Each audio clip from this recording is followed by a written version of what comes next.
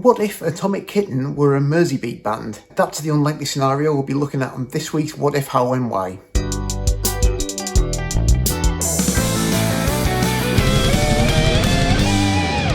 Hi, my name is Morgan Brown and every Monday I upload a new What If videos on my YouTube channel. The idea of these videos is that each week I pick a different popular song and imagine an alternative universe in which some change of circumstances causes that song to come out completely different from the version that we know and love. I then take the original lead vocal of that song and record a new backing track to it using just GarageBand and whatever instruments I have to hand in order to try and bring that alternative version of the song to life. So the song I picked this week was Whole Again by Atomic Kitten, and I attempted to turn that into an early 60s Merseybeat-style song, so if you haven't had the chance to listen to that yet, here's a little taster.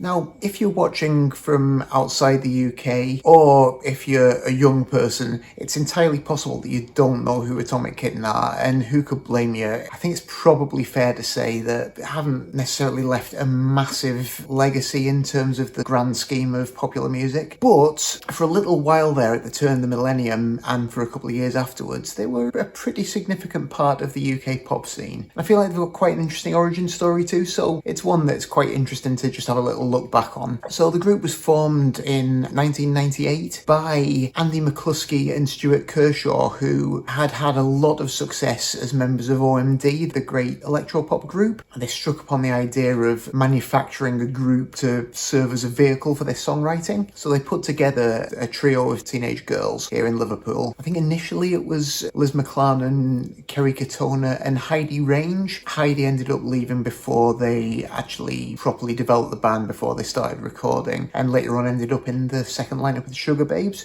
and was replaced by Natasha Hamilton, and that's the lineup that the public first got to see. And as far as I can gather, they were originally named Automatic Kitten. According to legend, they were renamed because Kerry Katona's mum couldn't pronounce Automatic Kitten and kept saying it as Atomic Kitten, and then having heard that, they decided that was actually a catchier name. I think they were probably right. And their initial run of singles they sound extremely dated now, but they're kind of really good fun, high energy pop music. Right Now and See Ya particularly are the ones that always stick in my mind. Just energetic, youthful, good fun, goofy stuff. And they pressed ahead with an album, didn't really do very much at all, and I think there was probably a bit of a feeling at their label that this flash in the pan pop stuff, there's not much shelf life on it, maybe they've already had their time, but they pressed the label and said, just give us one more chance, we've got another song. And the next single to be released was this ballad, Whole Again, just a bit of a different flavour for the group. That was very much their last shot at keeping the group alive. And to make matters even more perilous, just as it was about to be released, Kerry Katona quit the band. So at the 11th hour, Jenny Frost is drafted in. She comes in, they quickly redo Whole Again, they re-record the video and everything, and that suddenly becomes this massive hit for them, a real sort of breakout, and they re-record portions of the album to replace Kerry Katona with Jenny Frost, and the reissued version of the album becomes another massive hit off the back of this single. The unfortunate thing is that having had this monster success with this ballad, now the record label only wants more ballads. They're not interested in the snappier, more high energy material that the band was putting out just a year or two earlier, which becomes a major source of frustration for McCluskey and Kershaw. So while they're trying to make that second album, the frustration boils over and that relationship ends. So it's funny really, the track that broke them through to their highest commercial level was also sort of in a way the start of their downfall, because it took them from being a band who were recording material that actually sounded youthful and relatively fresh to being a band that sounded prematurely middle-aged in a way. So although the second album did really well and the third album still did pretty well, so they were obviously finding some commercial appeal, everything had gone pretty stale. I mean, the biggest hits from that point on were generally covers of well-worn, middle-of-the-road pop classics. I had a hit with a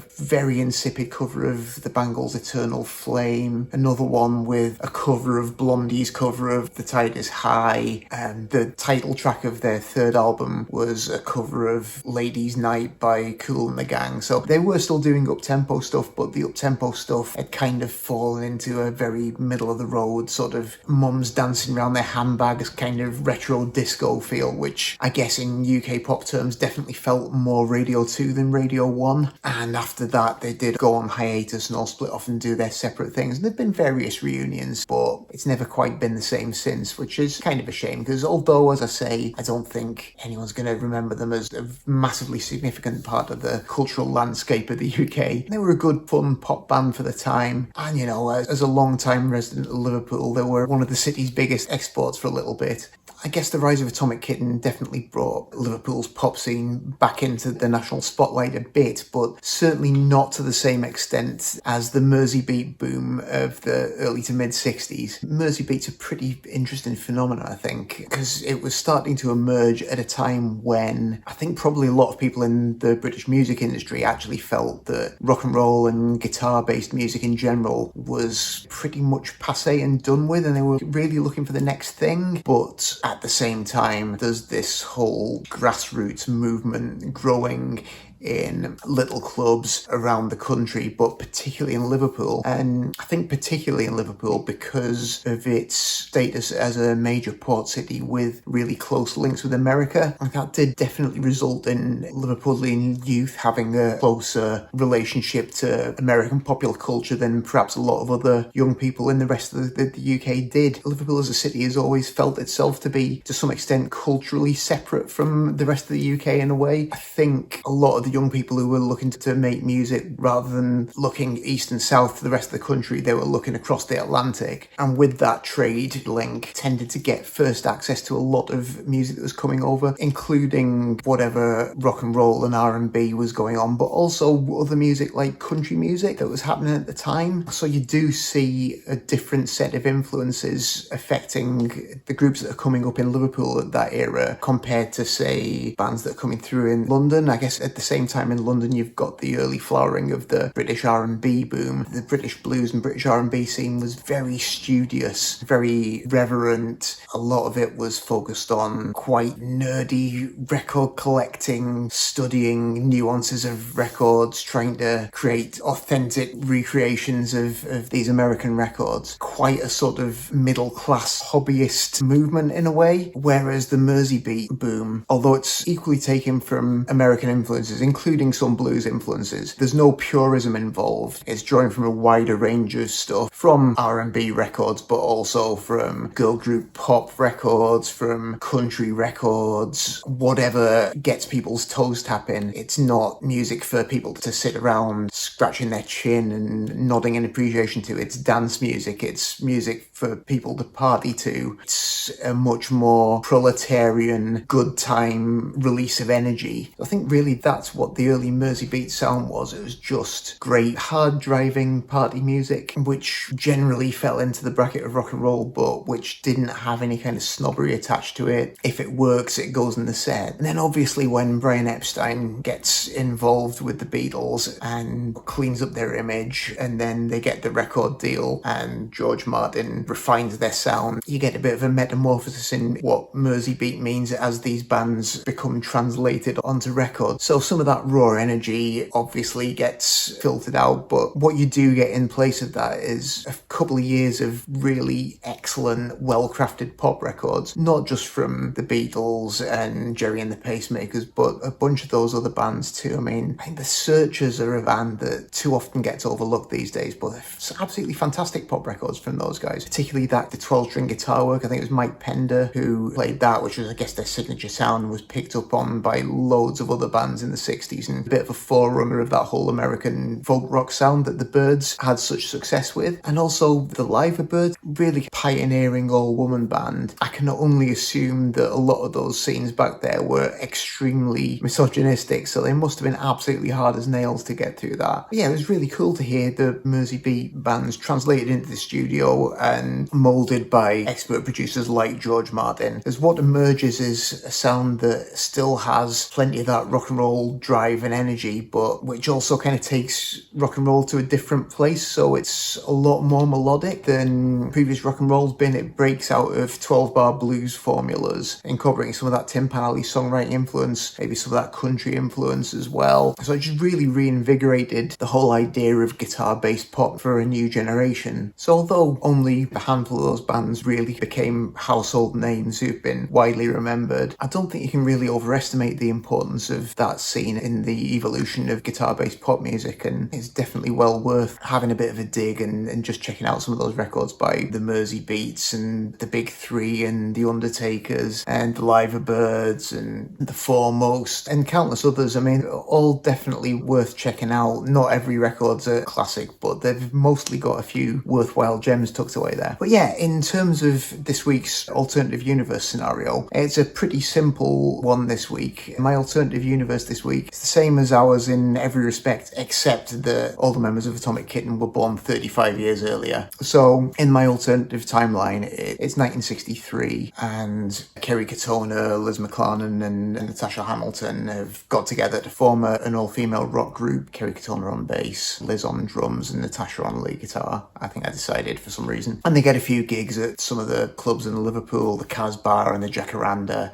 but they're struggling to get bookings outside Liverpool. Promoters are just turned off by the idea of a group of young girls playing music. They find it a bit unsavoury. However, word gets out to promoters over in Hamburg and they don't have any of those scruples. They're very keen to have them over there, so they do a summer residency at the Kaiser Keller and it goes down an absolute storm, which brings them to the attention of Decca Records. And Decca had famously just made the mistake of turning down the Beatles a little while earlier, so they're very keen to snap up whatever other talent is coming out of Liverpool. So they sign them up and put them in the studio. Unfortunately, when they start trying to record, the producer's unsatisfied with Kerry Katona's bass playing. He finds it very pedestrian and not really fitting the song at all. So the other two girls, they tell Kerry she's got to go and draft in their mate Jenny Frost, who's a Wirral-based bass player who they know. So she comes in. They successfully cut their debut single, which is an up-tempo rocker called Whole Again. It comes out, but Decca don't really know how to promote an all-female rock group. It's just something a bit unfamiliar. They don't really know what to do with it. So although the song has a reasonable amount of success over in Germany where they've been playing a lot, it doesn't really do anything in the UK. So sadly, their career never really takes off, but they do still make a reasonable living for a good few years playing around the circuit in Germany particularly. And in later years, the song becomes a staple of Girls in the Garage compilations and is a much sought after collector's item among Merseybeat fanatics. So in trying to convert Whole Again into a vintage Merseybeat song, my first step as ever is just taking the isolated vocal track and dropping it into GarageBand, getting it synced up to the grid, and then setting the tempo. Obviously Whole Again is a slow ballad and I wanted it to be an up-tempo, snappy 60s pop song, so I did have to speed it up a lot. I should also say at this point, this particular isolated vocal track, it's not a studio a cappella, it's definitely been done with a stem splitter, so it's really pretty messy, loads of horrible squeaky noise on there. There's only so much I can do to remove that, so I've covered it up as much as I can. Programmed some drums on, just playing them in on a MIDI keyboard using the most vintage sounding GarageBand kit I've got. Tried to keep it fairly loose so it sounds like it's a recording of a band all playing together in a room, as it probably would have been back in 63. I also converted the drum track into mono because I decided I wanted the whole thing to be as much as possible just in strict mono, so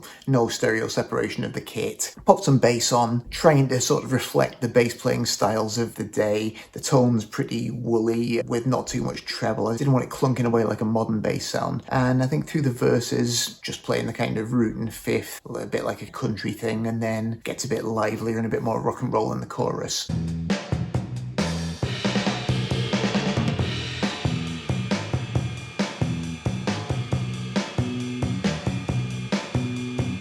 There's a couple of guitar tracks with pretty clean sounds, just going into simulations of 60s era combo amp. So one of the guitars is just playing fairly strummy, loose chords through the verse, and then more of a kind of Chuck Berry rock and roll rhythm in the chorus. And the other has a bit more of a kind of choppy rhythm pattern in the verses, which I think I actually ripped off a bit from Just One Look by the Hollies from our verses, and then it does just a little bit of a up the neck rock and roll bit of nonsense through the chorus as well. And there's a little melodic figure that comes in a couple of times, which I just played on octaves.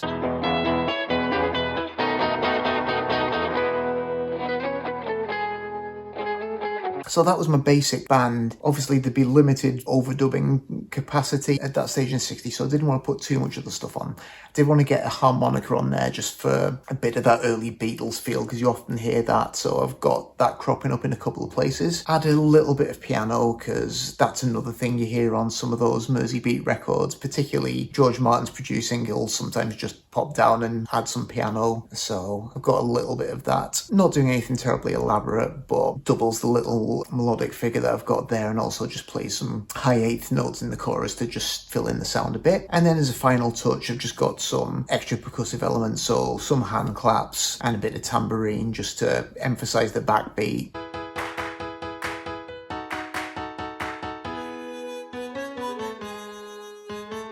As I say, I tried to keep everything strictly mono. I think the only thing that isn't mono is the percussion, which might be slightly spread out in stereo, but I don't think it's noticeable. So it's basically mono to try and create a vintage feel. Took off some of the top and bottom end of the EQ and gave it a bit of a mid-range boost just to get that boxy, compressed sound that you hear on some of those old records. And for the video, I, as ever, started with just some footage of Atomic Kitten singing the song back in the day, sped it up to match the tempo of the song, so there's some fairly frantic stage movements going on, because I did speed up the song quite a lot. Put that into black and white to make it seem suitably vintage, and then I've intercut that with some footage of top Scouse legends, the Liverbirds, playing on Beat Club over in Germany back in the 60s, just so we've got some women playing authentic 60s instruments with an authentically 60s looking audience too. And then as a final touch, as usual, I just mocked up a few era appropriate posters and things to slot in there as well, just to place Atomic Kitten in that correct chronological setting and give the whole thing a bit more authentic period flavour. So yeah, I hope you enjoyed it. It was another fun one for me. I always enjoy trying to recreate these kind of classic 60s sounds, and also as a proud Liverpool resident, it was nice to be able to celebrate a couple of bits of me city's cultural heritage as well, so that was good fun. If you did enjoy it, do let me know down in the comments, and if you could like and subscribe, that's always a massive boost as well, so please do that. If there's anything else you'd like me to try in coming months, any songs you'd like me to have a go at, any genres you'd like me to try my hand at, or any artists you'd like me to investigate, please do let me know. I've got an ever-growing list of suggestions to be working on, but I do always take note, and if I can incorporate any suggestion, then I will try and do so eventually. So thanks for those suggestions, and do keep them coming. But otherwise, that's all from me for this week, so thanks very much indeed for watching, and I will see you next time.